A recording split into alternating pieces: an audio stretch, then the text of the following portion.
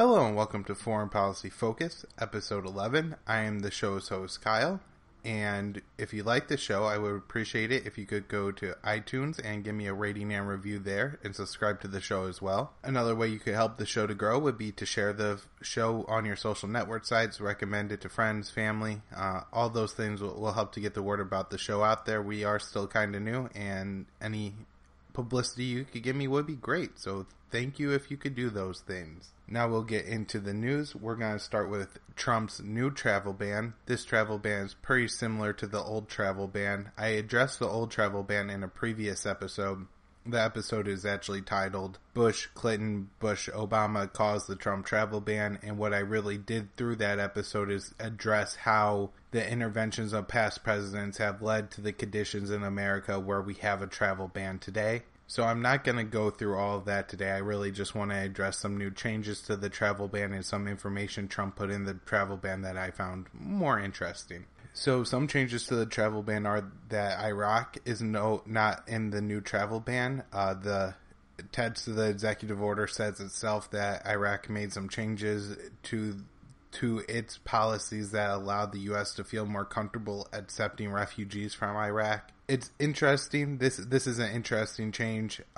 If it is actually the case that the Trump administration decided, hey, the Iraqis made it so that it's safe for people from Iraq to come to the U.S. and we don't feel like there's a danger that a terrorist could slip through. That would be an interesting note to make. A lot of people say that this is an anti-Muslim ban, and while it certainly targets Muslim countries, but it doesn't target the majority of Muslims or anything like that. I think a travel ban is a more accurate description.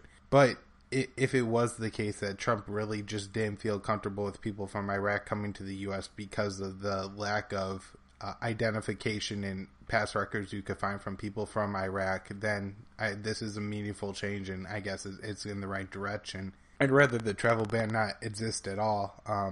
It seems like it's probably going to be pretty unhelpful. A lot of these countries, you're never going to find enough records, or terrorists could slip through anyways. So how exactly do you know how the terrorists are getting here? Also, you have the problem where you have like the FBI allowing terrorists to come through so they could later bust the terrorist plot in the United States. And so it seems to me that most of the terrorists coming through are actually coming through at the will of the FBI, not necessarily in spite of U.S.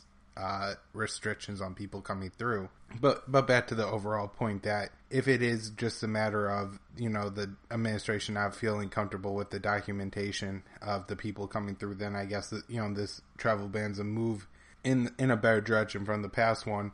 And hopefully it would maybe set, make it pretty clear for what would need to be done. There's a standard for, if the other countries would make these moves, then they could be removed from the travel ban pretty quickly. And if the countries do make these moves like Iraq did, and they don't get removed from the travel ban, it'll be much easier to criticize the Trump administration for that. So it's good that we have some kind of standard now as to what the Trump administration is looking for in removing countries from the travel ban.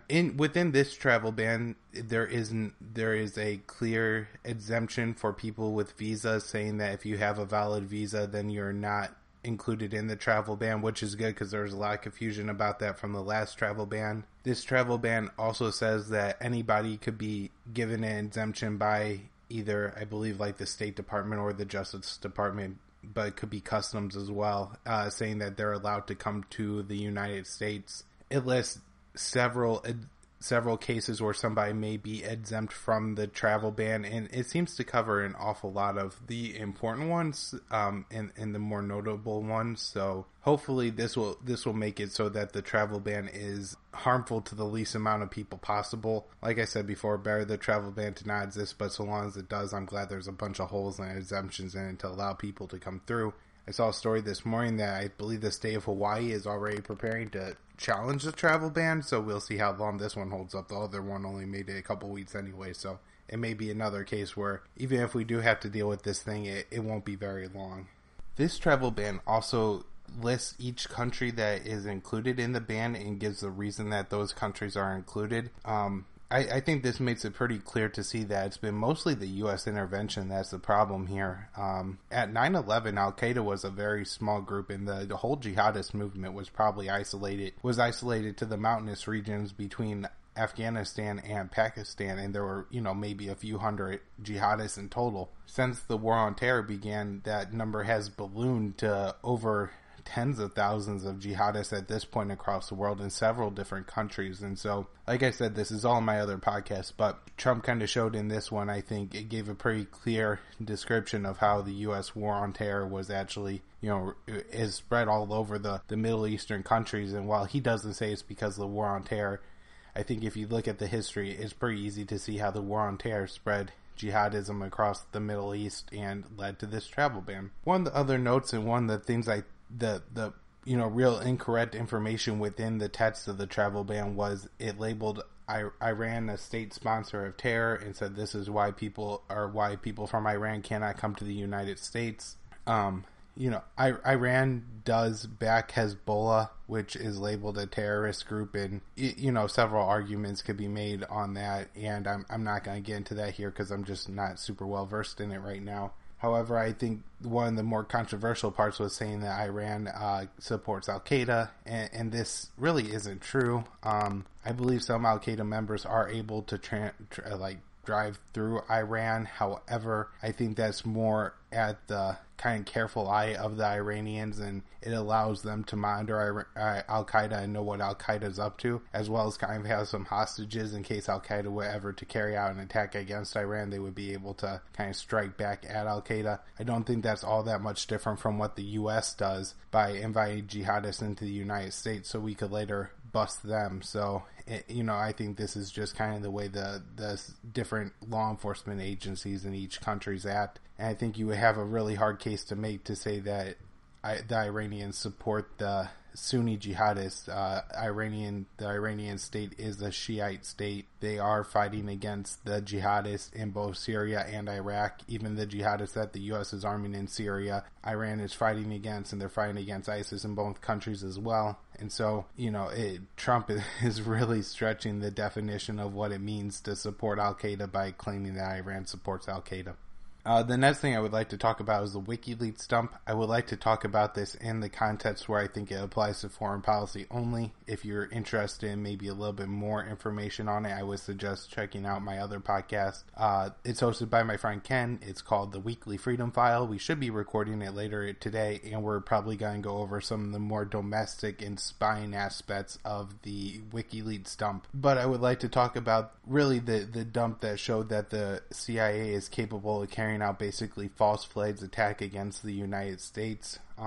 The CIA holds spying programs, and they're able to make a hack look like the hack came from the country that the spying programs or the malware or whatever kind of computer software it came from. And so if they were able to pick up maybe some like Russian malware, they would be able to use that against a U.S. company or the U.S. government or maybe the DNC, and then it would look like the Russian company carried that out, not the CIA. And so this would make it very possible for them to carry out a false flag attack and get the U.S. involved in a war that we really shouldn't be involved in. It's very dangerous for the CIA to have these programs, and I'm glad they got exposed. That way maybe the American people could step up and shut them down.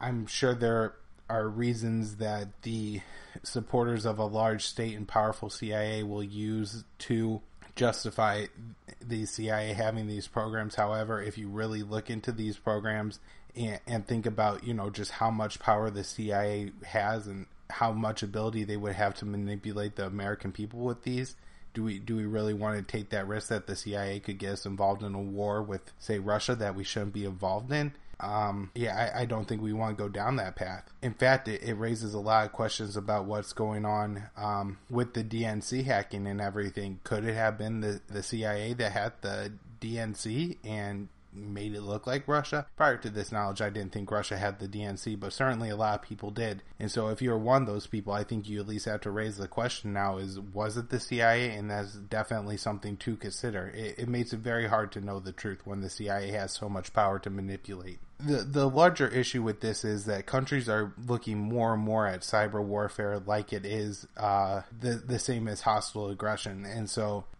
is infecting a country's defense system with malware the same as launching a missile against them? I think a lot of countries are going to start to answer that question as yes. I know during the Obama administration they had talked about declaring a cyber attack against a NATO state the same as having a weapons attack against a NATO state, in which all NATO countries would then respond. And so they said that if Russia carries out a cyber attack against the United States, that's the same as carrying out a weapons attack against the United States, and all countries would respond in kind. There's also the issue, and story came up, that Obama had a pretty large cyber war going on against the North Koreans, and so there's a lot of questions as to what Trump would do going forward with that.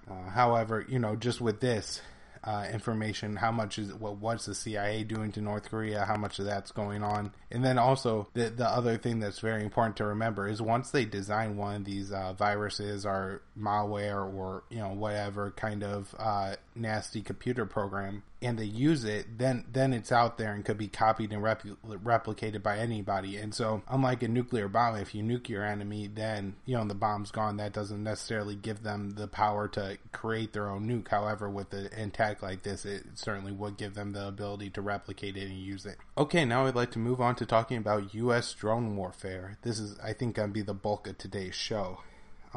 New news about the drone warfare is that the U.S. carried out some more drone strikes in Yemen. One of those drone strikes killed a former Guantanamo Bay detainee. The U.S. claims that that person was now a member of the jihadist state. Of course, he never will get a trial to, say if he was guilty or not. He is just labeled an enemy combatant and blown up from the sky. Also, 2 children were killed walking outside of their town. They were walking on a rural road and they were drone striked by a U.S. drone, 2 little boys, and those boys certainly weren't guilty of anything. Their killers certainly will never have any justice carried out against them. Trump will never pay a fine. The drone operators will never go to jail. The person who ordered the strike certainly won't be reprimanded or anything like that. It'll just be, oh, well, mistakes happen. And I think that kind of attitude certainly fuels a lot of the anti-Americanism that exists in the world. And the fact that there's never any victim for justice for these victims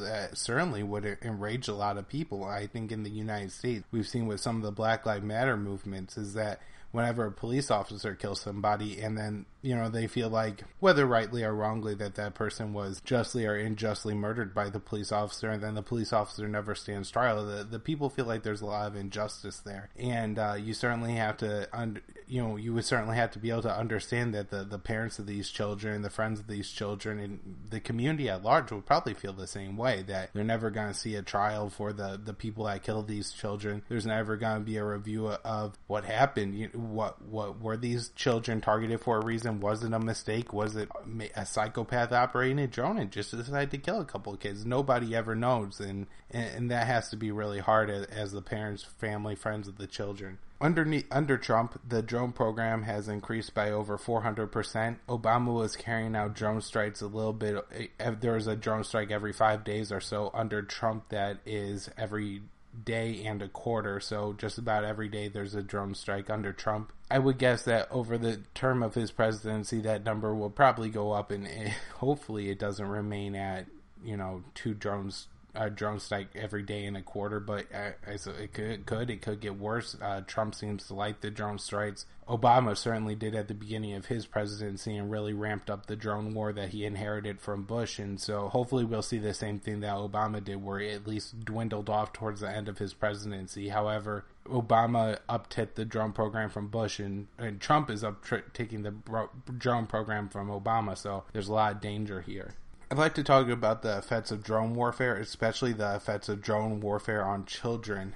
There was an article published in the Rolling Stone a few years ago titled "Death from Above: How American Drone Strikes Are Devastating Yemen." The article goes into saying how a lot of people are exhibiting symptoms of post-traumatic stress disorder in Yemen from the drones hovering above them. A psychologist went over there and conducted some research and found that 92% of the sample that he examined showed signs of having a post-traumatic stress disorder, with children being the most significantly affected group. He found that women claim to be miscarrying from their fear of the drones. And so we have a situation in Yemen now where we've had the drone war for, I guess, 16 years now. 15 and some change probably.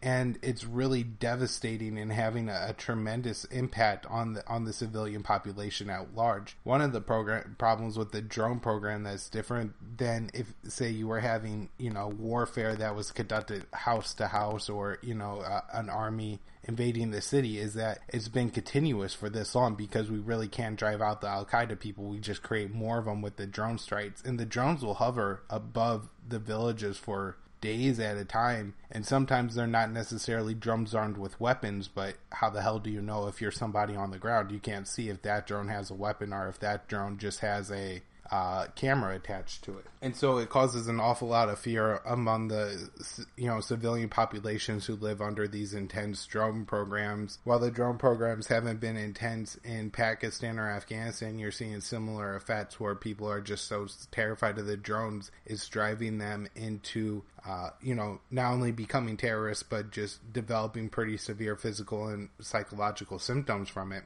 And I've read reports out of Yemen saying that, people are really happy when it's a cloudy day or a rainy day, because that means the drones aren't flying, because the drones fly pretty high up. And so the drones aren't able to fly on days when you have rain or clouds and stuff like that. And so it's amazing that you have a situation in a country where people are celebrating crappy days because at least then they know that a missile won't rain down on their house. And like I said before, these drones really, they just breed terrorism. At this point, it's so much, I think, of almost like a cliche in these countries that the drones are dangerous and gonna kill you, that even if they're not actively killing you and just doing the spy missions, it just reinforces the overall idea that you could be killed at any time from a government thousands and thousands of miles away. From some guy sitting in a basement who you'll never meet, who will never face any justice for any of the actions he carries out. It has to be infuriating to these people. And even then, even when it's not the drones with weapons, and even if they don't know it's a drone with weapons, there's always the fact that being spied on by cameras all day can't be a fun thing, especially, in a culture like in Yemen. I think the women feel very violated to feel like they're being looked at and spied on all day. So, all these issues just accumulate and cause anti-Americanism in these countries.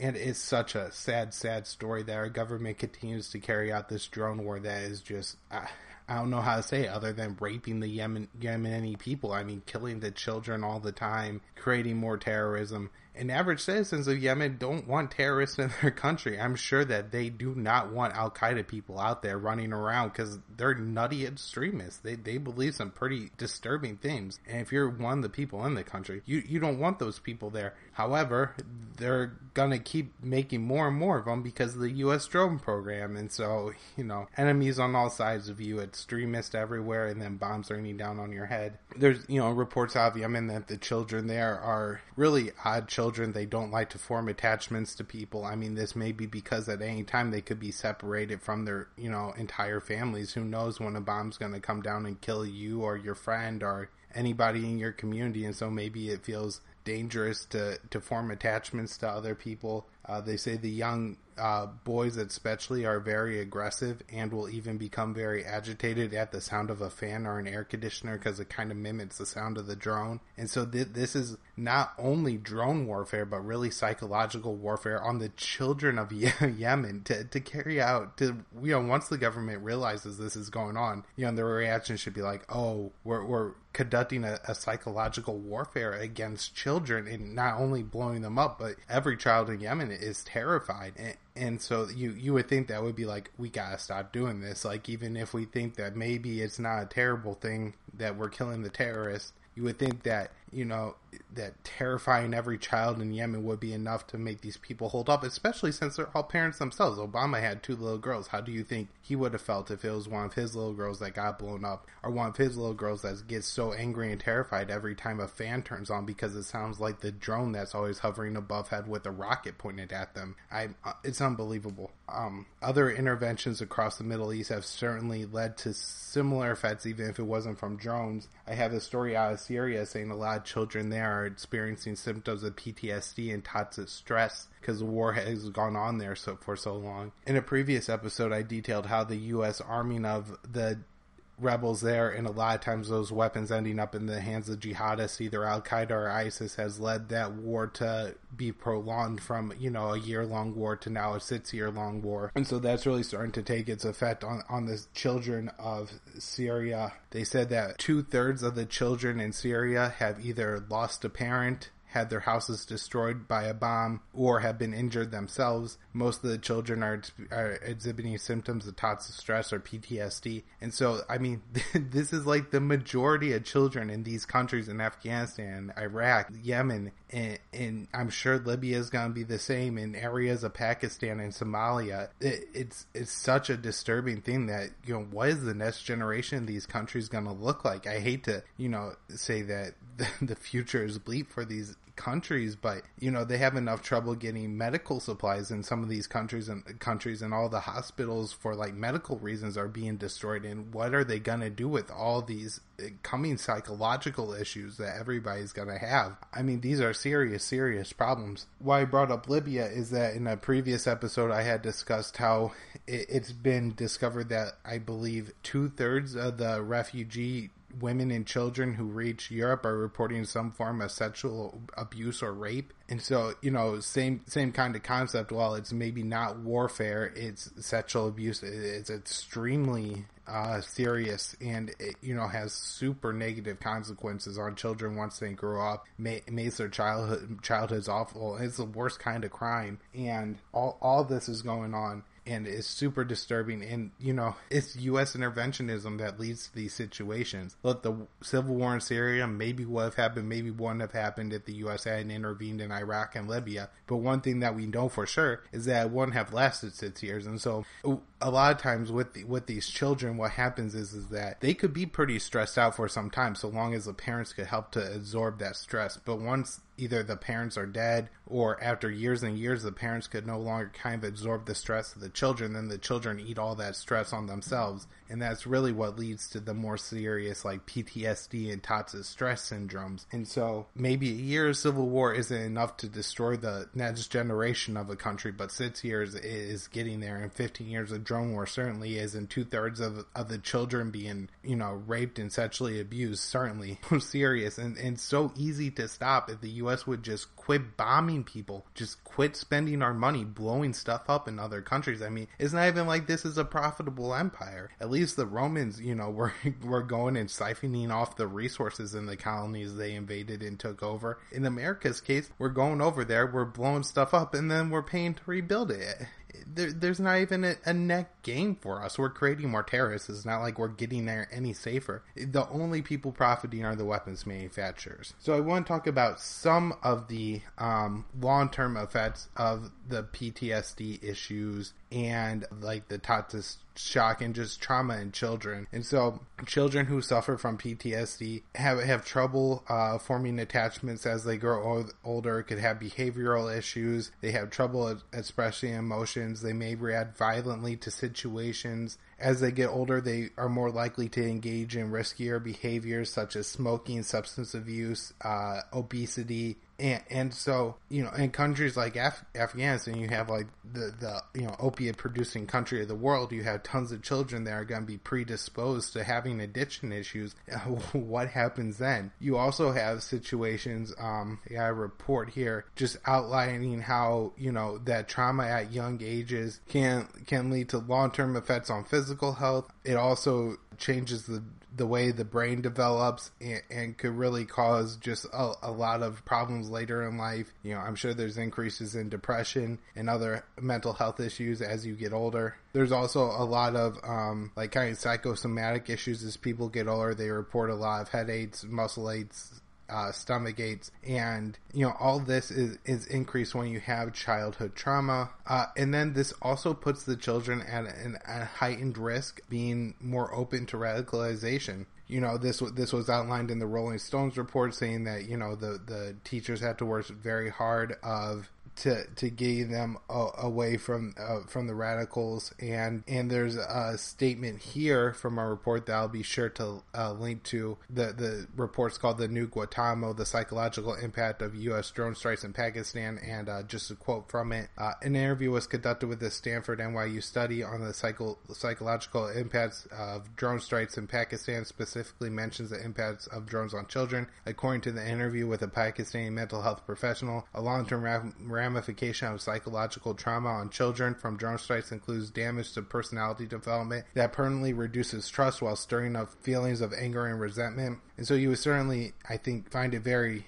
easy to understand how that, if these are the results of the U.S. drone war, how it's going to drive the next generation to at least be more open to the ideas of the radicals, if not directly driving them into the hands of the jihadists. You also have issues where growing up in war zones stunts the moral development of children. This is something that I actually wrote about when I was in school. If a child grows up in a war zone, I mean, one less emphasis is put on moral development. You're also just more isolated. You may lose your parents. All these things that contribute to moral development. And so if you're not at a higher stage of moral development, once again, you're going to be more susceptible to the terrorists and to becoming radicalized. And just looking at what kind of world we must be creating by dropping all these bombs for so long, and the psychological trauma we're inflicting on the children of all these countries, is certainly going to make the world more dangerous for Americans and everybody else on the planet by doing all this damage to all these people. It's disturbing, it's disgusting, and we need to figure out a way to just end this right now. That way we stop making the next generation so much more dangerous. A few more quick updates I'd like to get to today. That is an update on Syria and around Manbij. We have the Syrian Kurds giving the villages around Manbij to the Syrian army. This has put a buffer in between Turkey, who controls Al-Bab and was looking to move into Manbij from there, and the Kurds, who control the city of Manbij. The U.S. also put troops in Manbij, and the Russians put troops in the areas around Manbij. And so you have lots and lots of different groups with troops in and around the area, because you have Turkey and Syrian rebels in the Free Syrian Army, kind of on the outskirts of the villages of Manbij. Within the villages, you have Syria, Russia troops, and within the city of Manbij, you have Turkish or Kurdish and U.S. troops. So hotspot, I'm sure, very dangerous. And this is a situation where all these countries are enemies of ISIS, but also most of them are enemies of each other, and the U.S. is allies with itself, the Kurds and the Turks. So interesting. And a little bit of good news: Turkey, the U.S., and Russia did meet, I believe, on Monday, and so maybe they're working towards figuring something out, but it doesn't look good. The other news I wanted to get to was in North Korea. Tensions continue to rise in North Korea. North Korea launched a whole bunch of ballistic missiles, I believe 4 in total, into the Sea of Japan. They were fired in the general direction of Japan. Japan, obviously took it as a threat. North Korea said that it was a practice to hit U.S. bases in Japan. And of course, what North Korea is most upset about is the war games going on with, I believe, the U.S., Japan, and South Korea, where they're simulating an invasion of North Korea. And so this certainly would make the North Koreans feel uneasy.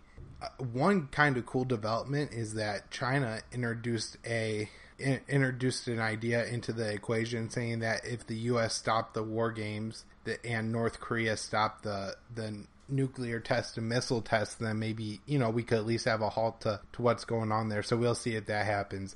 I doubt the U.S. will go through with it.